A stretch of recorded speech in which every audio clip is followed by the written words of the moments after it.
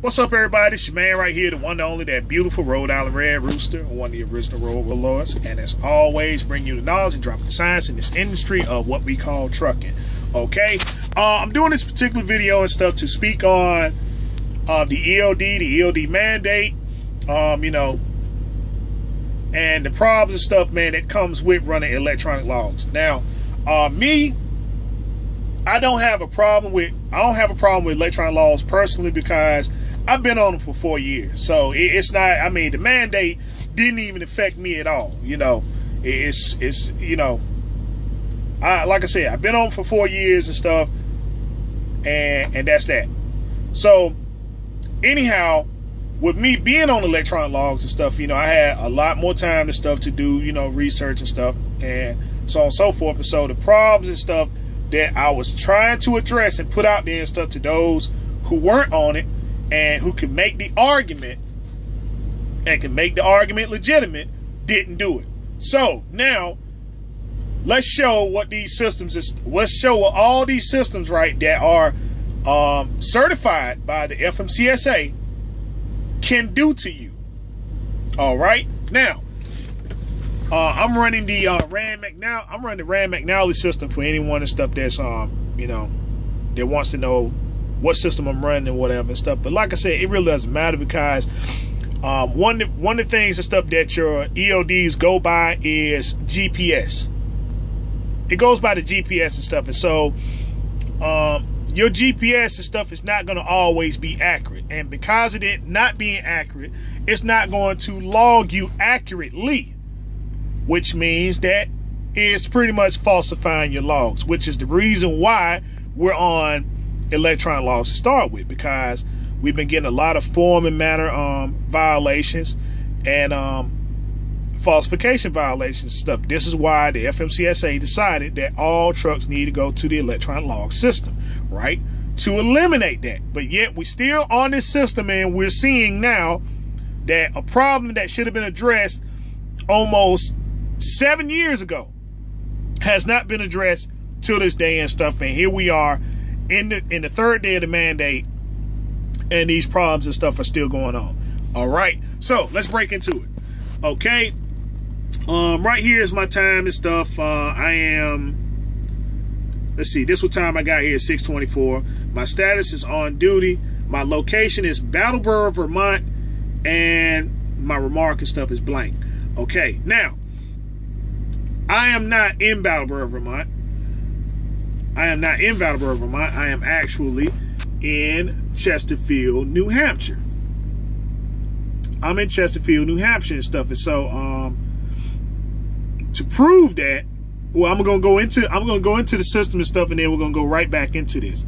Okay, I'm in 71 Stowe Drive, Chesterfield, New Hampshire. Okay, so the location and stuff is incorrect. The reason why I'm bringing this up and stuff is because if the DOT officer, any FMCSA officer and stuff pulls you over and goes inside your logs and stuff, and he sees the location of where you are and you clearly aren't there, right? Then the question that he's going to ask is that how did you drive from Brattleboro, Vermont, and got here to Chesterfield, New Hampshire? If it's not showing that you drove right, then you clearly falsified your logs. It's as simple as that. All right. Now, Chesterfield, New Hampshire, where I am, is exactly 5 miles west. 5 miles west of Brattleboro, Vermont. Okay, so like I said, it has me in a city that's different, in a state that's different. So, like I said, they're clearly going to go inside the log. They're going to see, how did you do this without driving and stuff? And then, what I have to prove to him and stuff is that, oh, well, my GPS and stuff is acting up, which he probably ain't going to want to hear it, because I had the same issue that happened to me December 26, 2014. I had the same issue that happened to me. I had, I gave the officer my log. I gave the officer my log and stuff. I showed him that I was in Wasset. I was in Wasset, North Carolina, which I was purchasing fuel and stuff at the TA. They call it Wasset, which is outside of Greensboro. Okay. Now, what he went and did is that he went into his phone, he Googled Greensboro and Wasset, and it showed that the difference was 36 miles. What he didn't want to do is listen to the reality, which is when you do Google, right? When you go into Google and you look at the locations between 2 points and stuff, what it's doing is the center point of Wasset, which is downtown, and the distance there to Greensboro, North Carolina, downtown, which is 36-mile difference. Now, you have Greensboro, and then you have Wasset, which is right beside each other and everything. But he wasn't trying to hear it, gave me a form and manner violation, right? Okay. Oh, excuse me.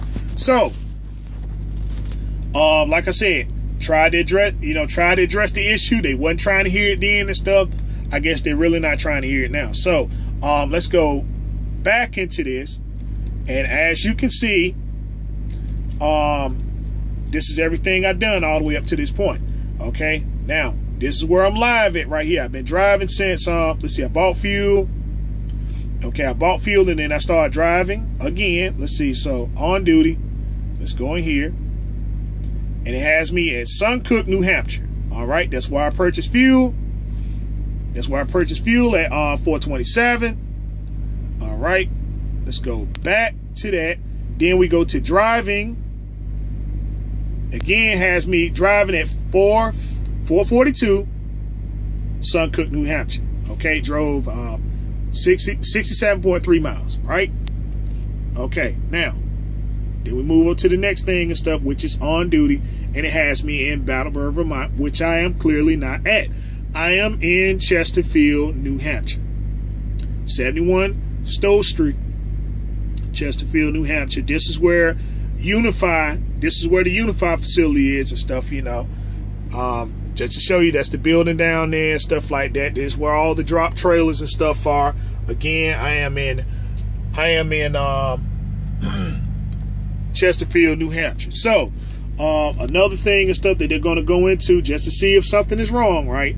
Now they have this feature here called violations and abnormalities. All right. Now you go into abnormalities, but usually if you got some kind of fault in there, it'll show if you have any kind of abnormalities or whatever, it shows this cautionary triangle, you know. But if you hit it now, you see that it gives you the time and the description and stuff of what happened. And again, nothing. So let's click into violations, and it'll show you again the time period of where you got the violation, and it'll give you a description. You know, and again, there's nothing. So again, it's going to go in. He's going to look at that. He's going to look at that, and he's going to determine. He's going to determine the stuff that I clearly falsified my logs. Right, something's wrong with your logs or whatever and stuff like that. So meanwhile, here's your ticket. You know, here's your ticket and everything and stuff. You know, you battle it out with whoever. You know, I just got to give you a ticket from based upon what I seen. Meanwhile, I'm going to get the points on my CSA. That's if I get stopped. All right, now. A lot of people don't know how to correct this. A lot of people don't know how to correct it and stuff like that. It can be corrected. The problem is, why do you have to do it? You shouldn't have to. You shouldn't have to correct it. You know, if the system is perfect, it's been checked out and all this stuff here, then why is it doing it? All right. So like I said, I know how to correct it. A lot of guys don't know how to do it or whatever and stuff. But the thing is, it shouldn't be doing that. It should be logging it as you drive it. And the locations and stuff should be accurately on your logs and stuff, so that you don't have to go in and change anything and stuff. That's the whole reason why we're on electron logs to start with. So like I said, I'm just showing you that I'm not in Brattleboro, Vermont. I'm in Chesterfield, New Hampshire. I'm sharing this information with you and stuff, you know, to show that these systems and stuff they have not addressed these issues. We are in day 3 of the mandate and stuff. Share this information. This your man right here, one and only, that beautiful Rhode Island Red Rooster. Thank you for your time.